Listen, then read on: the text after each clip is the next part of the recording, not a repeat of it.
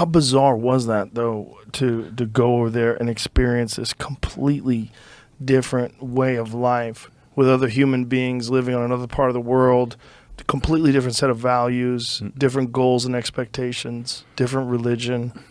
It was fascinating. Yeah. Like, just because that part of the world, like Central Asia, is like such a fascinating part of the world, like all the way back to antiquity. All the history that's like transpired, in that area.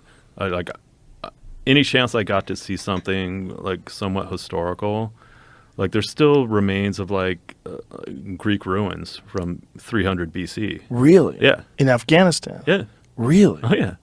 There was I never got to this town, but up on the Oxus River, there's been several attempts over the decades to do an archaeological excavation of the entire city.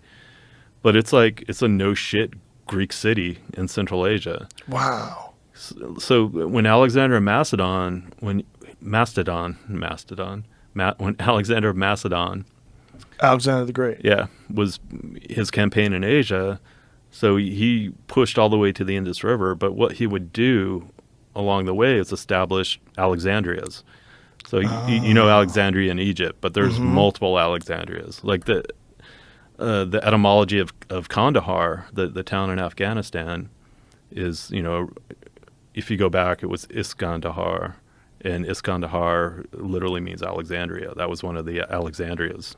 Wow. That he established in Central Asia and all over Persia and Asia Minor, and like that was the thing. And so it was a way to kind of maintain a foothold in that part of the world, like build a city, establish like a Greek education system to educate the locals in the Greek model. So he was kind of projecting, he was in it for the long game. Like, this is part of Greece. It's going to be Greek. And the Greco-Bactrian empire, if you want to call it that, probably lasted like 100 years, and then it just fell apart. Is there like documentation of the Greek cities, the ruins in Afghanistan? Yeah. Jamie, can you pull some of that up so you can find any of that? That's fascinating. I had no idea. So the old Alexandria. So here it is. Wow. Yeah. That's incredible. Yeah. And so that's just abandoned now? Yeah. That's amazing. Mm-hmm. And this is from 300 BC? Yeah, around that. Wow. That's amazing. I had no idea. So at one point in time, that had been some sort of a thriving community. Yeah, the city on the Oxus, Iconium. See where it says Iconium, Wikipedia? That was the city on the Oxus. Wow. Yeah. Wow. So they had an amphitheater. Yeah, it was a full-on Greek city. That's incredible. Yeah. That is wild. And so how did they maintain it, and how did it collapse? I mean, I don't know. Look at that. That's intense, man. But that's up north in like Kunduz.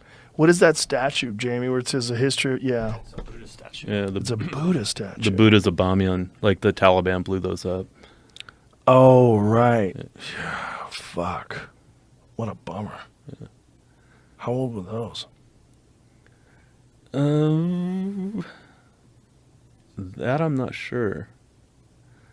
But there's a lot of historians think that like the Vedas and Buddhism kind of started like more in the Afghanistan area. Really? Yeah. No kidding. The Vedas. Yeah. Wow. Look at all these Buddhas. Yeah. There's tons of there's some really cool. So there was this really interesting period of history of Greco-Buddhism in Central Asia.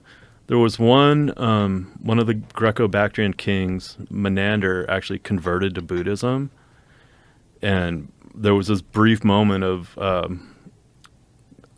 brief period of Greco-Buddhism in Central Asia, and so the Buddhas that were carved, so they're carving statues of the Buddha and stuff, but it's in this total Greco-Roman style. So they're beautiful pieces of art, and it's literally a Greek Buddha. You look at it stylistically, and it's like that's Greek, but it's a Buddha, and it's cool, flash in the pan of history. See if you can find any images of that. Are those all gone? Did the Taliban blow them all up? No, I mean these. So there's actually some at the Met in New York that I've seen. I've seen some at the National Museum in Kabul. Look at that. So, yeah. That's so strange because it's so obviously like influenced by Greek art. Yeah, the folds in the robe and all that. Yeah. Yeah. Wow. Wow. It's really, really cool, really interesting.